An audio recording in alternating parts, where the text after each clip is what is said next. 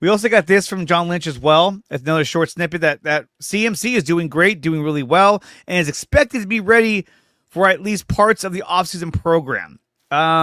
We've also heard comments too that, obviously CMC from George Kittle, that we're going to be getting the best out of CMC because now he's angry and he wants to kind of redeem himself after having that really horrible year last year with injuries, coming back, not being his true self, and then getting hurt again. Do you think that CMC is due for a big rebound year going into the season? I think he will be quite good initially, but then it's a question of how does he hold up? It's one thing to say, well, I'm fully healed, I'm fully recovered. Yeah, you haven't played. Once you start playing, then how well does your body respond to that?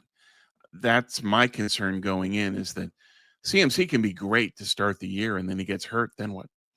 So I'm worried about just what the contact's going to be. He's at an age and a mileage where injuries are going to hit and there's nothing you can do about it. And the Niners need to be prepared for that. And given that this draft is loaded at running back, I would expect to see that they're going to make a pick in the second, third, fourth, somewhere in there to get one of the running backs in this draft. Well, that's a question too, is that do you think that they're going to invest in the running back, which you said that they probably will, in the draft, or do you think that they try and bring back a Jordan Mason to be the number 2 running back behind Christian McCaffrey? Because we saw how durable he could be, obviously bearing injury, but for the first part of the season, he was one of the league's leading rushers. So do you think that's a guy that they should invest and try to bring back, or do you think they're going to move on from him? I think they could end up doing both. That they'll look at Mason as one of the cogs of the machine at running back and draft running back, because this running back class is so good. You look at somebody like Trevion Henderson, that's the ideal Kyle Shanahan back. It's exactly what he wants. And on top of that, he never fumbles. No lost fumbles in Columbus. He did fumble, but his team recovered it. So you look at a back like that and several other backs in this draft, I think that Kyle is not going to be able to help himself. And he's going to take one. Whether they keep Mason as well, I think they could. The key with Mason is, can they get something in trade for him? They would need to make a second round tender offer in order to then trade him, since he's an RFA, restricted free agent. Right. Then they could look to deal him, but I wouldn't put it past them to say that we're going to do both. We're going to keep Jordan Mason and we're going to draft a back. Yeah, I mean, I would like for them to bring him back, but I could see another team looking at Jordan Mason saying, hey, you know what? This guy has the potential to be something really big. But is he a guy that you invest money into and say, hey, we're going to make you our number 1? I don't know if he is. I still think that if another team were to make him a contract offer and then the Niners didn't match it, I don't know if he's the guy that another team would say, okay, you're going to be our number 1 and we trust you.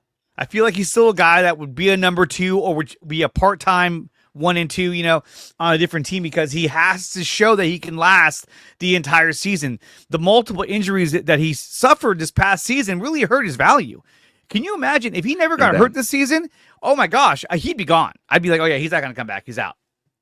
He's totally out. But as restricted free agent, they keep his rights regardless. Yeah, he could not sign and they would still hold his rights. So it's a different deal because of that.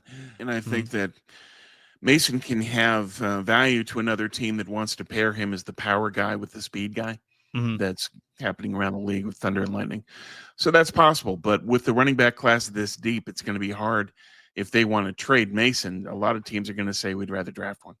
Yeah. So it's going to be difficult. And I think that as a result, Mason stays with the Niners, but they do re-sign him.